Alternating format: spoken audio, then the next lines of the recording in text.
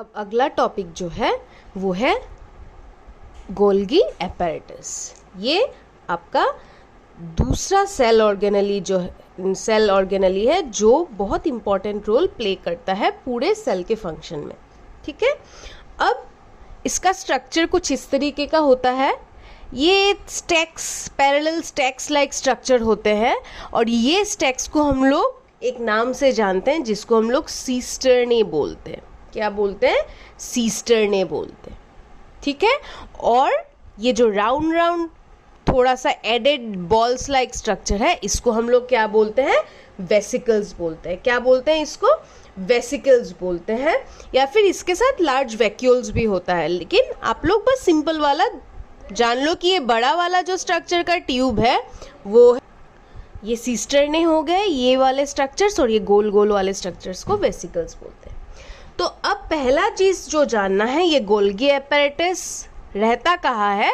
ये Golgi apparatus ठीक लगा हुआ रहता है किसके साथ? Membrane of smooth endoplasmic reticulum. ये कहाँ से एराइज होता है? This arises from the membrane of smooth endoplasmic reticulum. ज्यादातर केस में वो एंडोप्लाज्मिक रेटिकुलम के साथ जुड़ा हुआ होता है, कनेक्टेड रहता है।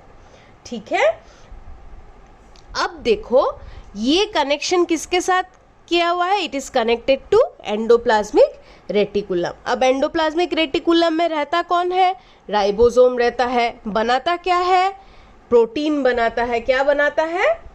प्रोटीन बनाता है। अब एंडोप्लाज्मिक रेटिकुलम में जो प्रोटीन बना है ना, वही प्रोटीन्स को वेसिकल्स जो होते हैं, गोल्गी एपैरेटस के जो वेसिकल्स होते हैं, वो लेके गोल्गी बॉडी या फिर गोल्गी एपैरेटस में आ जाते हैं। कहाँ पे आ जाते हैं? गोल्गी बॉडी या फिर गोल्गी एपैरेटस में आ जाता है। मतलब आपका शुरू होता है एंडोप्लाज्मिक रेटिकुलम से। ये पार्ट आप भूल जाओ, ये बस गोल्गी एपैरेटस का स्ट्रक्चर है, गोल्गी बॉडी का स्ट्रक्चर है। तो पहले गोल्गी बॉडीज किसके साथ जुड़ा हुआ रहता है? एंडोप्लाज्मिक रेटिकुलम के साथ जुड़ा हुआ रहता है। वो एंडोप्लाज्मिक रेटिकुलम जो क्या सिंथेसाइज करते हैं? प्रोटीन सिंथेसाइज करते हैं with the help of ribosome.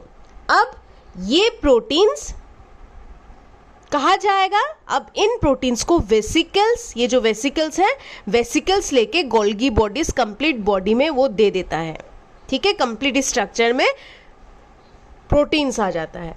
अब ये गोल्गी बॉडी का 3 मेन इंपॉर्टेंट फंक्शन है। एक है स्टोरेज, एक है मॉडिफिकेशन, तीसरा है पैकिंग। तो पहले ये प्रोटीन्स को स्टोर करके रखेगा, नेक्स्ट क्या करेगा? ये मॉडिफाई करेगा, ये मॉडिफिकेशंस करेगा। ठीक है, मॉडिफिकेशंस जैसे कि मान लो कॉम्प्लेक्स शुगर्स को उसने सिंपल शुगर्स में मॉडिफाई किया, तो ये मॉडिफाई करेगा। उसके बाद ये क्या करेगा? ये पैकेज करेगा, ये पैकेट्स बनाएगा, टिफिन पैक्स जैसे होता है, ये पैकेज करेगा और पैकेज करके फिर से ये वेसिकल्स को दे देगा और यही वेसिकल्स जाके बाकी सेल ऑर्गेनलीज को भेज देंगे। ठीक है, तो ये रहा गोल्गी एपैरेटस का या फिर गोल्गी बॉडीज का कंप्लीट फंक्शन। क्लियर? अब ये गोल्गी एपैरेटस का तो आपको पहला फंक्शन मिल गया कि it stores, modifies and packages. ठीक है, and packages and send it to the vesicles. ये आपको पता चल गया है कि नहीं? दूसरा फंक्शन इसका है, it helps in formation of lysosomes. It helps in formation of lysosomes. ठीक है, अब आप लोग पूछोगे कि लाइजोसोम्स क्या है? लाइजोसोम्स अगले टॉपिक में ही आपको मैं पढ़ाऊंगी। तो ये it helps in formation of lysosome, ये इसका दूसरा फंक्शन है। तीसरा फंक्शन है, इट हेल्प्स इन कन्वर्शन या फिर modification of complex sugars into simple sugars. और एक आप लोग फंक्शन इसका ऐड कर सकते हो, it is involved in synthesis of cell wall.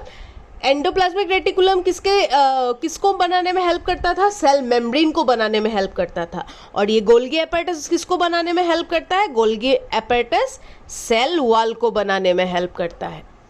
ठीक है, और कुछ हद तक सेल मेम्ब्रेन को भी या फिर प्लाज्मा मेम्ब्रेन को भी बनाने में हेल्प करता है। क्लियर?